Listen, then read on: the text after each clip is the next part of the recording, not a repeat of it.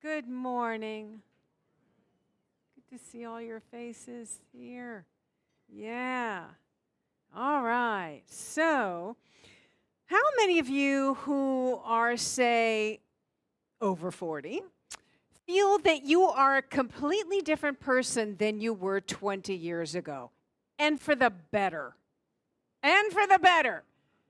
You know, really, when you are on a path, well, we're hearing the song again. Okay. Sure, it was. Let's bring it back. If you've been on a path of spiritual, personal consciousness raising path for a while, you do change. You begin to evolve. You change your outlook on life. You change, what you like, what you feel a kinship to changes, how you want to spend your time, and most importantly, how you view yourself. Your self-concept changes. After, some dedicated period of time on a spiritual path, you do begin to release old ideas of yourself that were rooted in guilt or shame or unworthiness or a limited sense of self.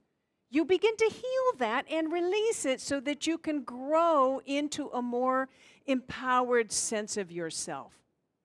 So for those of you who are young or just beginning your spiritual path, this is what you have to look forward to. I promise. And this happens internally. This transformation happens internally. It doesn't happen by, external action, by joining a gym or going vegan or going back to school to get an advanced degree. All of those things are good, right? But if your self-concept doesn't change, you may sabotage those efforts. So real lasting change, right, comes from in here by reprogramming our consciousness and our subconscious and shifting our sense of ourselves, that limited sense of ourselves. And so, because that happens in those areas, we can also change our relationship with prosperity. That can shift, that can heal, that can change. Okay, so now here is the taboo topic in mixed company, and particularly in church, money. It makes people nervous. Right? There's a lot of angst around it, a lot of judgment of it, a lot of fear around it. There's just a lot of negative association with this topic of money. And we're not always conscious of it. It's just that we know that we feel uneasy, right? But that too can change. Our relationship with money can transform. And we know that money is a very important part of our lives, right? So we want to get right with it. Otherwise, a large part of us will be kind of out of balance. Hanging out over here, out of balance. We want to align ourselves with spiritual principle. And so there are two ways of relating to money that I see that can throw a lot of us out of balance and kind of block the natural flow of life for us. And so what I see is the first one is making money God. Some people work, their entire lives earning as much as they possibly can, and it's all about that, right? And then either saving and never spending because there's this fear of not having enough, right? Or maybe spending a lot and then making whatever money buys God, making that God. And for some, everything else is secondary in life to money. And for those with that mindset, there's a temptation to do anything necessary to make it or to keep it. I mean, if you think it's God, you don't want to lose that, right? So this is what the biblical passage, the love of money is the root of all evil, was designed to address this situation. And a lot of people hear that incorrectly. A lot of people hear it's money that's the root of all evil. No.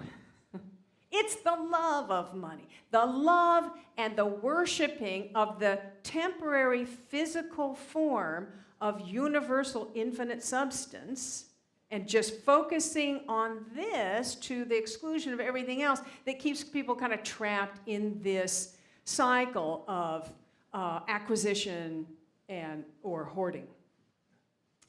Now, the second way of relating to money that can throw a lot of us out of balance is thinking that money is evil. So the opposite of that. So, people with this mindset can point to those people that I just mentioned and say, you see, money corrupts. Look at that dude who's,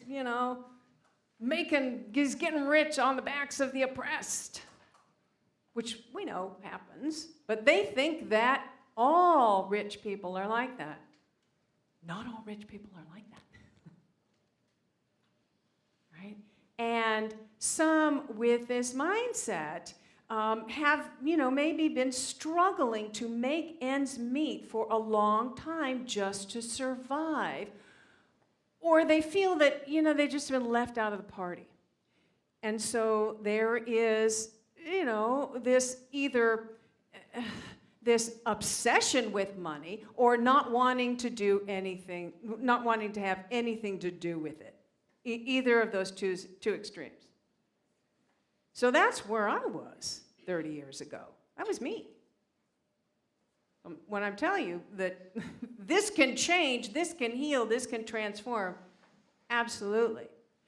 So both of these ways of relating to money is putting us in opposition to the natural law, the natural principle of abundance. It's putting us in opposition to the natural flow of abundance. Money's not God, and it's not evil. It's neutral. It's a tool. It's really a tool. So say that I wanted to dig a hole to plant a tree. I could do that with my hands. It would take me a very long time, and I'd get dirt under my fingernails, and my fingernails would break, and I'd be completely exhausted afterwards. But I could do it, right? Or I could use a tool. I could use a shovel and be much more effective and do it in much less time, and maybe I could dig even more holes to plant more trees that produce more fruit that feed more people. Do you see where I'm going with this? So money is a tool that helps us to be more effective. That's all. And it helps you be able to focus. It allows you to focus on more productive things than worrying about how you're going to pay the bill, how you're going to pay the rent, how you're going to pay for that class that you really want to take. It's a tool that can help us be more generous with our heart, be able to give to people more, to be able to give to ourselves experiences that enrich our lives. I know several of you have, you just came back from this wonderful Joe Dispenza week, I heard, yeah? Several of you. I understand that costs some money. It was an investment, right? But from everybody I talked to, they wouldn't trade it for anything. Like, it was such an incredible, enriching experience, really shifted energy. You probably will never forget it, right? So it's a tool that allows us to do this. It's a tool that allows us to be more creative in life, to maybe start a business that hires other people, that blesses other people. It's a tool that helps us give to organizations that we believe in and support other organizations. It's a tool that we use here to have this wonderful music. This wonderful music, and to have this fabulous youth ed director who's upstairs. You'll see later he comes down. And to have an amazing admin assistant, and to have a good minister. Oh, thank you. I was fishing for that applause. To have programs, to offer programs that can help transform our lives, learn tools to, co-create our experience in life, and to obviously take care of the building, fill the potholes, and everything, right? So this tool, this spiritual energy in form, is really simply the manifestation of the principle of abundance. Money is simply the manifestation of the principle of abundance, the physical form of infinite substance. So last year, we did this book study with Derek Rydell's book, The Abundance Project, and we had quite the robust book study on that. And I still look at the book because it's become a classic for me. I mean, I really continue to get a lot from it. In the first chapter of the book, he says, when you realize that the source of abundance is spiritual or energetic, the substance of consciousness or spirit, and become unattached to any of its outward symbols, then you begin to generate prosperity that takes nothing from anyone and benefits everyone. You live in harmony and alignment while ending the war for wealth once and for all. Isn't that beautiful? So in that book, Derek often uses the analogy of an apple tree. And, apples are lovely, tasty, healthy treats, right? But if all we do is focus on the apples, gathering the apples, maybe hoarding the apples because we know there's only a limited supply. When the harvest is over, that's it for us, right? It's over for us. We've either eaten all the apples or they've spoiled. But the apples were never the source of our good, right? It's the tree.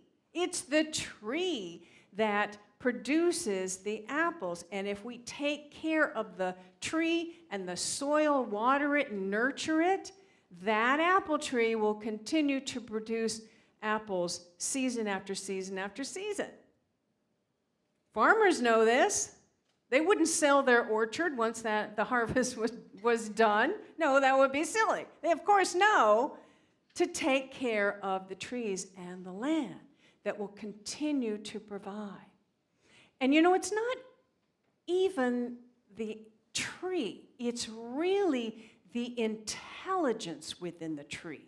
It's really the intelligent life essence that is within the soil that flows through the tree that produces the apples.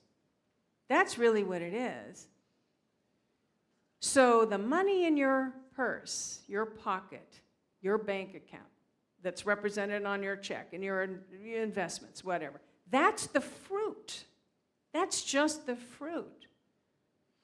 The true source, that life energy within the tree, is that infinite spiritual substance that is all around us and within us. So it's that connection with spiritual substance, that connection with that divine life energy all around us and within us that we want to cultivate, because that's the source. As he says, the substance of consciousness or spirit. That's the source. And that can never be depleted. That can never be lost or stolen or spoiled. That is eternal and life-giving, right? And boundless. And so we cultivate that connection through spiritual practice and being in spiritual community. We're cultivating that connection right now. You're cultivating that connection just by being in spiritual community together. Now, to keep that energy flowing, we want to keep it circulating. The current must circulate. And that's an interesting word, current. And currency, that's kind of where currency comes from. Current. If you dam up the current, you're going to have problems. The currency must circulate. The blood in our veins must continue to circulate in our veins. The breath must continue to circulate in our bodies to keep us alive. We want to continuously circulate that. So we can think about this money in, money out activity as participating in circulation to keep the whole working perfectly. And now here's something practical that you can do. And I've reminded myself because I used to know this, and I've kind of forgotten. I got off track. And, I've been paying my bills with a sense of, I hate doing this, and I don't want to do it. Do we have enough? So a way that we can absolutely transform that, when you're sitting down to pay a bill, take a moment, take a breath in and a breath out, and affirm, I am participating in circulating this energy. Let's say that together. I am participating in circulating this energy. You see, you've already received the service or the good. Like say it's your electric bill. You already have received it. And what a blessing. Boy, you don't know what a blessing power in your house can be until you don't have it for a long time, like a lot of our friends in Western North Carolina that didn't have it for a long time. What a blessing, right? So a blessing that I have power. So I have received. I've been blessed. So now I'm going to take that energy. I'm going to circulate it out. And I'm going to bless the power company. Wow, what a thought. Duke Energy. Yes, I bless you. And just keep that energy circulating.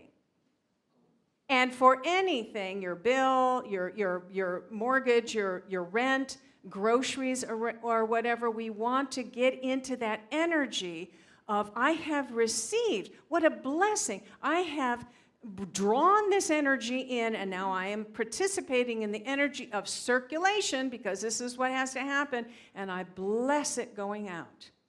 And I keep this going. And now we don't want to get trapped into complaining how much everything costs. And I know sometimes that's really tempting, but instead we can say, I have more than enough. Let's say that together. I have more than enough because I keep the energy circulating. Because I keep the energy circulating.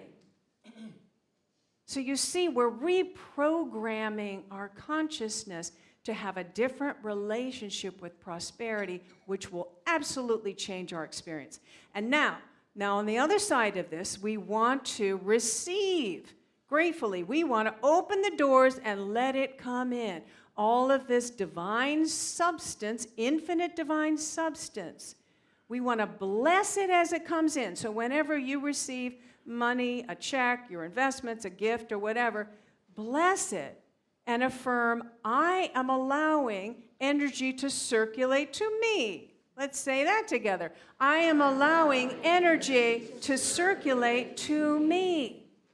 Right? And you want to be open and receive, and accept that you are worthy of having an abundant blessing. If you are doing something that is of service to somebody or providing any kind of value in the world, you deserve to be well compensated. Let's say that together. I deserve to be well compensated. I am open and allowing it to come in, and then keep it going. Keep that circulation going. You see, this is a sacred act. This can be a sacred act. It's moving energy, right? Maria, thank you for setting that intention in the meditation. I can kind of feel the energy moving. Well, we can do this in every aspect of our lives. The love we share, the joy we share, the time we share, the abundance we share. We want to do it intentionally,